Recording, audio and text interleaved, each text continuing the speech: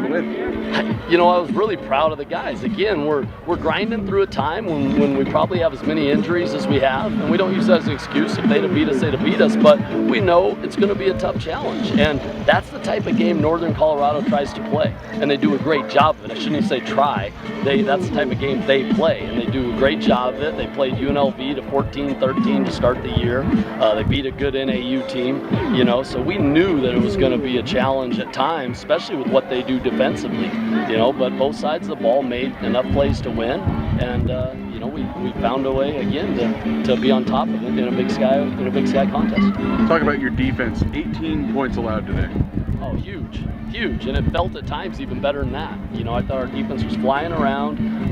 You know, we made a key turnover at the end, but even more than that, lots of 3 and outs, got them into 3rd and long a lot, and they're playing with a ton of energy.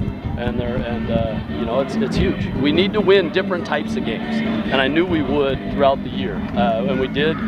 In all our best years, we've won, you know, I joked about it, but that scoreboard looked like that about 8 times in 2010. Almost the exact same, you know, or even closer than that, but in that realm. So you got to find a way to, you're going to be in a lot of different types of games throughout the year, and you just have to be patient and find a way to get it done, and our guys did that. What did you think about Jordan West's play today? He played really good. You know, 0 turnovers against a team that's leading the nation in picks, kept taking his checkdowns. You know, I'm sure he'll say he wanted 1 or 2 more red zone throws, like he could have made one, but I'm going to tell you right now, from a coach talk, again, we were able to punt and create long field goals. Even when things didn't go right for us, they didn't go bad, like a pick 6 the other way or a turnover. You know, he played really good football, took what they gave him all game, and you know, and he's 2-0 as a starter. And that's not easy to do. I don't care, you know, who you are, where you are, and he's playing without some of the guys, you know, like a Corey Mitchell, a Quincy Forte. I mean, you know, last week without Shaq, so you know, he's playing great football. 3 straight block punts now, 3 straight games. You guys see anything? Yeah, you got to give it up to Coach Schmitz and just the, you know, the staff that, and it's a staff deal too, but it starts with Coach Schmitz. He finds ways, he devises ways, he thinks we can get a block, and to do it again 3 straight games, I've never been a part of that. I can't remember, at least, if I was, but kind of a morale builder is that? I mean, it's huge. Get that. It's even bigger than a turnover sometimes, because sometimes a turnover is 20-30 yards downfield. That thing's in their side of the field, so it can be as big as a turnover, if not bigger. And the percentages of winning a ball game when you block a punt, it's an amazing. I don't know him. Schmetz will know him. He's a numbers guy with that. But the percentages of winning a ball game when your team blocks a punt, it's crazy. You know, that's how big a momentum swing it can be in a game. Not sure I've seen a more perfect fake field goal call in my life, but tell us about that a little bit. Yeah, we saw something during the week that we thought we could get, and then we watched for it in the first half. You know, we kicked a couple of those field goals, and we just, you know, we felt like going in the second half it was going to be something we were going to use. And I didn't just use it just because it was there. I try and use it situationally. Right. Yeah, when you're up by 10, being up by 10 or being up by 13 really isn't a huge deal.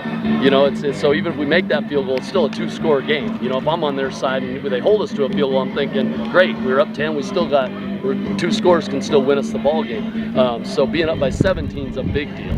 You know, so that was kind of the other reason. I thought it was there, and I thought it was a great situation to do it, but, you know, Connor had to still go make a play, and Terry Jackson with his first career touchdown, so really neat to execute that. Victor Gamboa, another great clutch interception at crunch time. Awesome. You know, he just has that. I think that's 2 fourth down picks he's made.